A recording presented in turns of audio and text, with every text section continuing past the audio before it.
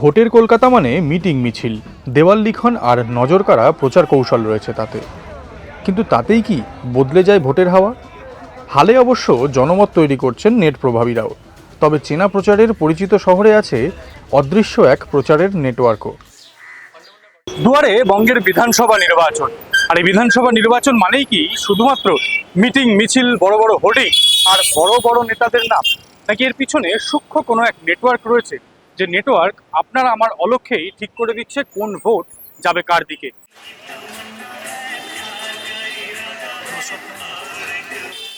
চায়ের দোকান নিছকই এক আড্ডার জায়গা নয়, এখানে আলোচনার বিষয়বস্তু বিবিধ, আর তার মধ্যে রাজনীতি আছেই। সেই রাজনীতির আলোচনা থেকেই তৈরি হয় মতামত, আর অনেক সময় বদলে যায় রাজনৈতিক সিদ্ধান্ত।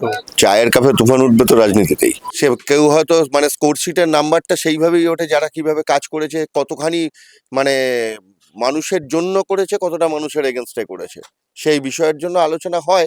চায়ের দোকানে তো শুধু একজন থাকে না, অন্তত 5-7 জন, 8 জন, 10 জন আসে। এবার কেউ ফরে বলে, কেউ এগেনস্টে বলে, এবার তার মধ্যে দিয়ে ফুটে ওঠে একটা চিত্র। সেই হিসাবে আমাদের হয় 4-10 জন 10 রকম মত, কিন্তু তার মধ্যে কিছু কিছু থাকে এই দলের এই মত থাকে। আবার এই মনে ওর পক্ষে গিয়ে আমার সাথে ভালো সম্পর্ক আছে, ওই সম্পর্কে রাখার জন্য আমি অনেক ওই দলকে ভোটটা দেয়, ওর পক্ষে ভোটটা দেয়। আর ওর সঙ্গে মতের মিল নেই, আমার অবশ্য খারাপ ব্যাপার, ওর বিপক্ষে অনেক ভোট দেয়। বয়সে যাদের পাক ধরেছে তাদের আছে চায়ের দোকান, যেখানে সংবাদের চুলচেরা আলোচনা হয়। যারা তুলনায় কম বয়সী কিংবা আধুনিক কথায় জেনজি, তাদের চোখ মোবাইলে, মন সমাজ মাধ্যমে। ভার্চুয়াল আলোচনাও নীরবে বদলে দেয় ভোটারের মন। ভোটের বয়ান নির্মাণে এখন কাজ করছে পেশাদার সংস্থা, সে প্রভাব হয়তো আছে। তবে ভোটারের কনসেন্ট নির্মাণে সমবয়সীদের আড্ডার সঙ্গে জাঁকিয়ে বসেছে সমাজ মাধ্যমের যুক্তি, তক্ক, গপ্প। পা জোর করছে, শুয়ে পড়ছে রাস্তায়, লোকের বাথরুমে ঢুকে যাচ্ছে, স্নান করতে দিচ্ছে না।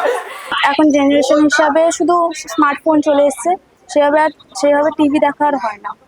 মানে তাও যা দিদা ঠাকুমারা আছে তাদের হিসাবে যারা নিউজ দেখে, সেই হিসাবে কিছু কিছু শুনতে পাওয়া যায়, ব্যাস। ফোনে ইনস্টা, ফেসবুক, স্ন্যাপচ্যাট, এগুলোতে একটু একটু যা যা আসে সেই হিসাবে দেখা হয়। খবর যা আসে সব সোশ্যাল মিডিয়া, মানে ইউটিউব, ফেসবুক এইসব দিয়ে আসে, আর হোয়াটসঅ্যাপ, বাস। সেগুলোতে বিশ্বাস করা যায়, করো? সবে তো বিশ্বাস করা যায় না, অনেক ফেক নিউজও আছে, আবার অনেক অরিজিনালও আছে, যেগুলো দেখতে হয়। যেগুলো ফেক মনে হয় সেগুলো স্ক্রল আউট করে দিই, আর যেগুলো মনে হয় সেগুলো একটু আলোচনা করা হয়, নাহলে স্কিপ করে দেওয়া হয়। কারণ সোশ্যাল মিডিয়া তো এখন একটা অন্যতম যোগাযোগ মাধ্যম, ঠিক আছে? ওখান থেকে আমরা অ্যাকচুয়ালি সত্যিকারে অনেক কিছু জানতে পারি, চারিদিকে কি হচ্ছে, যা দুর্নীতি হচ্ছে, আজকে এই পাওয়া যাচ্ছে, কালকে ওই পাওয়া যাচ্ছে। এগুলো তো আমরা ওই টিভি খুলে আর আমাদের দেখা হয় না, তো আমাদের এই সোশ্যাল মিডিয়াতেই আমরা যা দেখতে পাই অ্যাকচুয়ালি। তো কোথাও তো একটা ভুল ফরওয়ার্ড, তোমরা একটা ভুল ভোট কাস্ট করে দিতে পারে। অবশ্যই করতে পারি, কিন্তু তার আগে আমাদেরকে যাচাই করতে হবে, সত্যতা যাচাই করতে হবে, তার উপরে বেস করে আমরা আমাদের ভোটটাকে দেবো। বঙ্গভোটের এটাই যেন এক সাইলেন্স ইনফ্লুয়েন্স নেটওয়ার্ক। না এখানে কোনো মাইক আছে, না আছে কোনো মিছিল, আর না আছে জনসভা। তবুও সকলের অজান্তে চুপচাপ তৈরি হয়ে যাচ্ছে জনমত। কেবল প্রশ্ন একটাই, এই অদৃশ্য নেটওয়ার্ক ভারতের গণতন্ত্রকে শক্তিশালী করছে, নাকি অজান্তেই নিয়ন্ত্রণ করছে? চায়ের দোকান সমাজ মাধ্যমের বাইরেও আছে আরও এক নেটওয়ার্ক। বড় বড় আবাসনে বহু মানুষের বাস, সব মিলিয়ে উচ্চবিত্তের অভিজাত কলোনি, মুখের কথায় আবাসন সোসাইটি। আর এই সোসাইটির সুবিধা অসুবিধা এবং তা নিয়ে আলোচনাও তৈরি করে দেয় ভোটের জনমত। ऐसा है दादा, जो हम लोगों का रात दिन जो प्रॉब्लम सॉल्व करते हैं ना, हम देखते हैं, तो उन्हीं को ही वोट देंगे।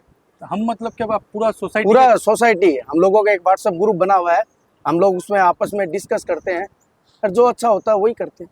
যে সবসময় কাজে থাকে, একটা কলের মধ্যে চলে আসে বা কোনো প্রবলেম থাকলে সলভ করে দেয়, অবশ্যই তাদেরকে দেওয়া উচিত, আর তাদেরকেই আমরা দেবো, আর তাদেরকে দিয়েই লাভ। মানে এক্ষেত্রে পুরো কমপ্লেক্স, হ্যাঁ, একের মধ্যে কমপ্লেক্সটা পুরো একবারে একমতে আছি। চায়ের দোকান থেকে হোয়াটসঅ্যাপ থেকে বাড়ির আলোচনা, এই অদৃশ্য নেটওয়ার্কেই তৈরি হয় ভোটের রায়।